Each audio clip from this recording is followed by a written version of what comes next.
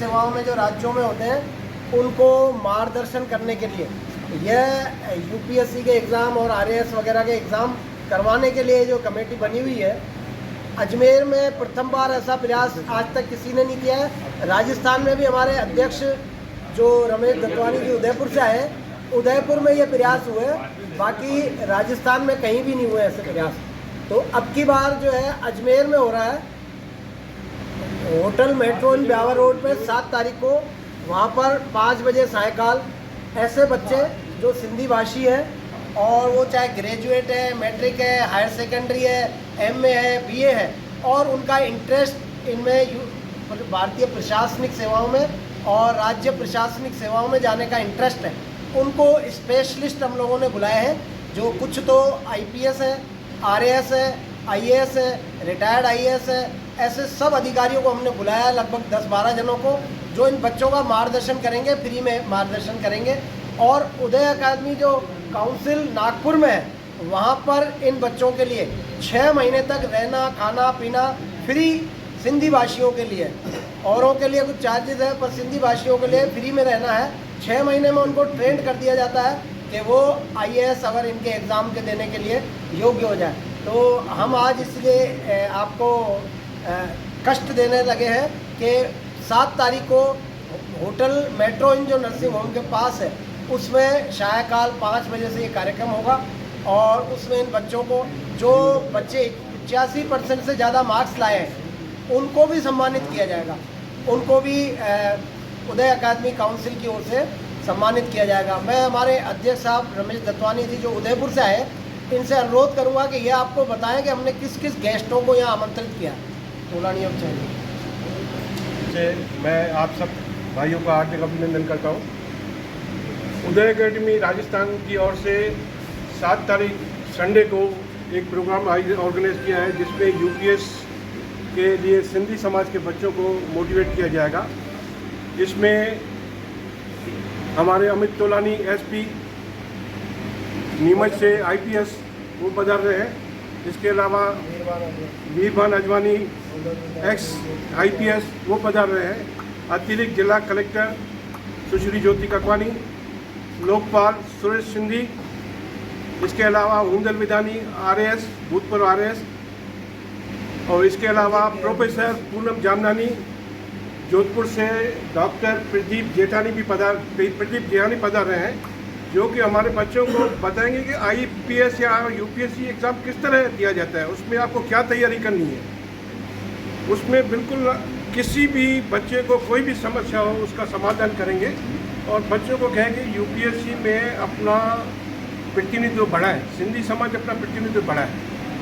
राजस्थान के जो head office है हमारी नागपुर, वहाँ पे 6-7 महीने का जो प्रशिक्षण दिया जाता है, उसमें बच्चों को बिल्कुल प्रीलिम तैयारी करी जाती है, मैथ्स की तैयारी करी जाती है, ये सब तैयारी करी जाती है। उसके बाद बच्चे अपने हिसाब से तैयारी करके एग्ज़ाम दे सकते हैं। इसमें ऐसा नहीं है कि बच्चों को बड़ी हमारे सिंधी समाज के भामाशाह हैं वो अपना योगदान देते हैं, तो उसमें बच्चों को किसी तरह की दिक्कत नहीं होती है। एटमॉस्फेयर ऐसा है वहाँ पर नागपुर में, लाइब्रेरी वगैरह ऐसी जो भी है, सब कोचिंग जो क्लासेस हैं वहीं पे हैं, रूम भी वहीं पे हैं। एक रूम में 2 बच्चे रहते हैं, गर्ल्स के साथ गर्ल्स, बॉयज़ के बॉयज़। तो इसलिए आप सबसे निवेदन है कि हम जो प्रोग्राम कर रहे हैं 7 तारीख संडे को होटल मेट्रो इन संत फ्रांसिस हॉस्पिटल के पास में शाम को 5 बजे से, उसमें आप भी पधारें और देखें कि किस तरह ये प्रोग्राम हो रहा है। और इसमें जो 10वीं 12वीं या ग्रेजुएट के जो 85% से ज़्यादा अंकों से पास हुए हैं, उन बच्चों को और उनके पेरेंट्स को भी सम्मानित किया जाएगा। धन्यवाद।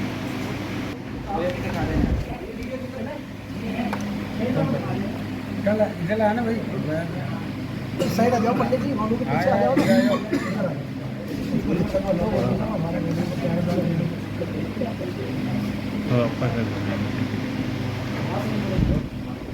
आज ही बताइए आज किस संदर्भ में। भारत के संविधान में जो प्रशासनिक व्यवस्थाएं की हुई है वो 2 तरह से की हुई है, जिसको पब्लिक एडमिनिस्ट्रेशन अंग्रेजी में कहते हैं, हिंदी में लोक प्रशासन कहते हैं।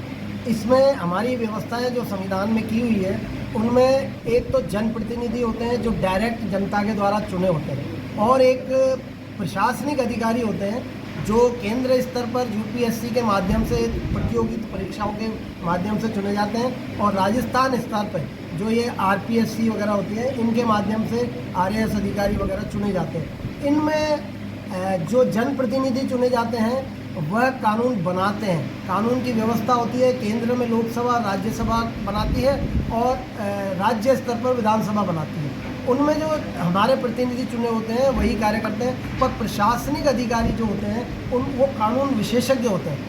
उनको जैसे ही प्रतियोगिता परीक्षा में पास होके जाते हैं तो IAS, collector, IPS, IRS, IFS, ये जितने भी उच्च लेवल के अधिकारी होते हैं, यह एक व्यवस्था है हमारे भारत के संविधान की कि जो मूल रूप से देश को चलाते हैं नेता लोग या जो अपने जनप्रतिनिधि हैं, उनका कार्य नीति बनाना है। परंतु उनमें से भी अगर कोई चूक हो रही है तो उसके ज्ञान जो देते हैं चीफ सेक्रेटरी होते हैं, चीफ लेवल पे जो सचिव लेवल के अधिकारी होते हैं, वह उनका हमारे प्रतिनिधियों का, जनप्रतिनिधि का मार्गदर्शन करते हैं। उनके लिए हमारे समाज में, सिंधी समाज ने नागपुर में उदय अकादमी काउंसिल बना रखी है, उसके माध्यम से अधिक प्रतिनिधित्व हो। और सिंधी समाज एक है जो व्यवसाय में विश्व स्तर पर नाम कर चुका है, उसके विश्व स्तर पर सिंधियों के व्यवसाय है, धार्मिक आयोजन होते हैं, उनमें काम है। तो हमारा ये प्रयास है सिंधी समाज का कि क्यों न देश के प्रशासनिक कानून व्यवस्था में भी सिंधी समाज के बच्चे अपनी योग्यता का पब्लिक को और देश को लाभ देवे, ये हमारा प्रयास है। अजमेर में क्या कार्यक्रम होने उदय जा रहा है? अकादमी की ओर से, जो राजस्थान इकाई है, उसकी ओर से आगा